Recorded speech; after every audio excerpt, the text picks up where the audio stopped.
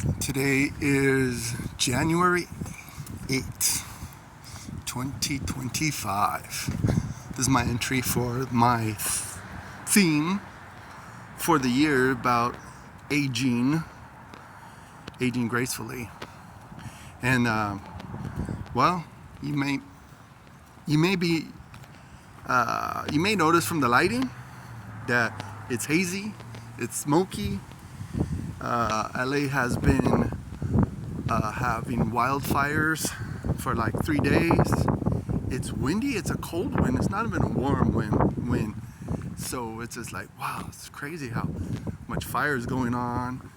There's a lot of pontification on the internet if you want to look into the Los Angeles wildfires for 2025 January, and if you're remotely interested in any of that, I'm not going to elaborate too much on that because my theme that I'm going to try to stick with is I call it Facing 50. And I've said in a lot of other videos that a lot of people don't get to be 50 years old. So it's kind of an honor if you get to age. If you get to become an old person, it's an honor. It should be a crown, like the gray on my hair. You know, it should. The scriptures, I believe in Psalm and Proverbs, it both talks about the gray hair being a crown to your glory, a crown to your accomplishment. So if you get gray hair, you know, like my beard, about 10 years ago when I grew a goatee, it actually was brown, but nope, now it's white.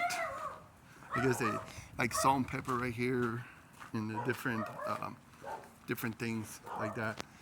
When I have, you know, even the fact that I can't even grow a full beard, which still kind of makes me feel some kind of way. So, but anyways, I like to put a disclaimer that any views that I express on this is just my views, and I understand that the video hosting is kind of something that you're not entitled to say whatever you want. I mean, you can, but you know, as far as people getting to see your content, that's a whole different story. So, but Facing 50, and I call it my truth about my truth as far as aging, because everybody faces aging differently. Like the theme I wanted to stay with this week is about losses and the wildfires and all the video that I've seen about the fire. Devastation. My family had a fire in 2007. No, 2006. That's all a big blur, that season of my life. That's right after my grandfather passed away, and we were preparing to go to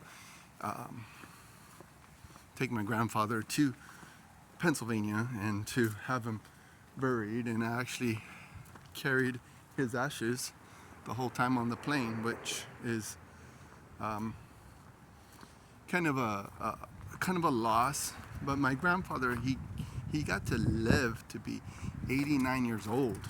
So it's wonderful that he was able to get to be 89. Again, you know, a lot of people don't get to be that old. A lot of people die young. A lot of people die from accidents or disease or whatever the thing.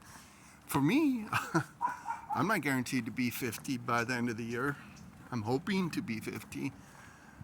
But it's like if you embrace losses and if you have a reasonable expectation of how life works, anything that happens to you, you could be sad and mad and angry and upset and all those things, which, you know, if I if I get a diagnosis and I'm only going to be living 5 days, 5 months, 5 more years, whatever it is, God knows the number of my days. And God knows the whole thing. Like with the fire, there's people that actually died There's people that actually had their lives altered forever. And no one wants that to happen. But if you have a little bit of maturity and a little bit of heart, and especially if you have a relationship with Jesus, that all makes all the difference. Because Jesus doesn't promise you happiness. Jesus promises you holiness. And when life throws at you mess up stuff, it should be an opportunity for you to grow, or an opportunity for you to be better, an opportunity for you to have a understanding of what's happening to you, because God, the Word of God, provides for you the answer. And when you're facing aging, anybody, I never looked at the analytics yesterday, so I don't even know who really is watching my videos. But I know that this is just a good time to reiterate what it means to be older, and what it means to be able to navigate. You know, the Bible gives us kind of the Psalm 119. That's the biggest chapter in the whole Bible. I think it's Psalms 119, 119, 115. It says that the Word of God is a lamp to our feet and a light to our path. If you're in the Word, you will know where you're at. And if you're in the Word, you will know where you are going. And the Bible is encouragement and discouragement. It's all those things. But again, it's not about happiness. It's about being able to embrace your circumstances in life.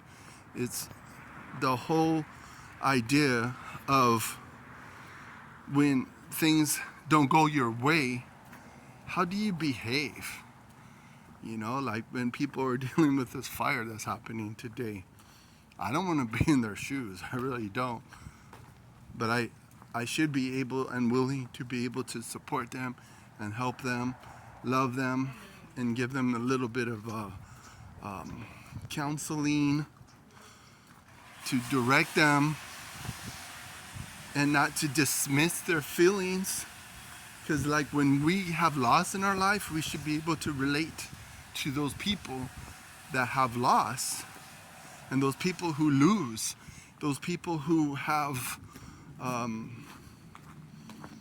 all these different circumstances in their life. And that's why, you know, I'm really trying to reiterate the whole idea of what do you do when it comes to getting old and having these experiences that you could share with people, whatever it is. I mean, there's people that have different circumstances and experiences than I do, but how does it make you relate to those, male or female, whatever? I'm really focused on how men, their truth about aging, because everyone does have a truth, and the truth is their reality. And not to say at all that it's all relative.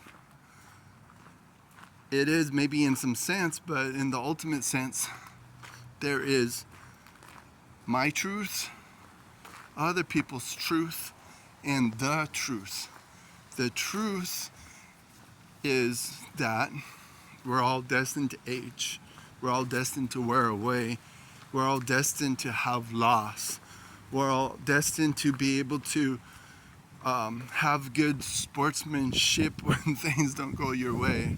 I know that's a silly term to use, but ultimately it's the idea of embracing your circumstances and having reasonable expectations, because you know I was taught a long time ago, and I didn't really understand it at the time, but now that I'm older I could understand a little bit more. Like, you can't hold on to things so tight, because if you do that, that's when you're going to get stressed out, when you're not letting go of the things that you should let go of and holding on to the things that you should be holding on to.